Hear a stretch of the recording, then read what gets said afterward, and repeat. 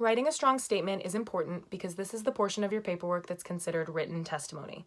As the person petitioning the court to grant a domestic violence protection order, you have a burden to prove that by a preponderance of the evidence, meaning more likely than not, that domestic violence has occurred.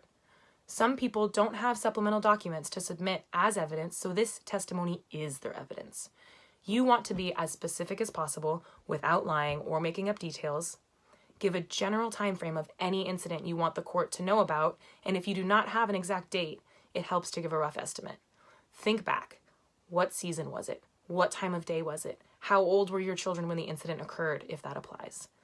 Anything that can help give the court context will make you more credible. It is important to describe threats instead of just saying that they were made. If you recall exactly what was said, state it in your statement and place it in quotes.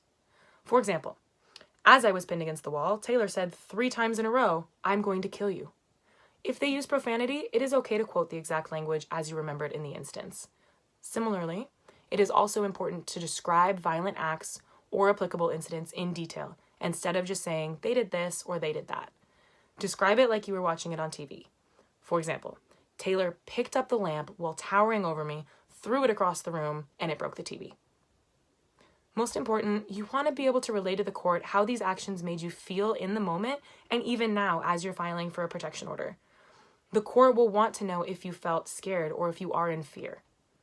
Writing a strong statement is extremely important because the more you describe on paper, the less you will have to say later during a contested hearing when the opposing party has an opportunity to address all of the allegations you are making. We typically suggest beginning with the most recent incident that initiated you filing this protection order. What is the emergency that brings you to need an order? Then provide past incidents in the history section as a basis for why the new behavior or the new incident might be scary or concerning. If you are having a difficult time with this section, that's absolutely normal. Please consider reaching out to your local community domestic violence advocates for help.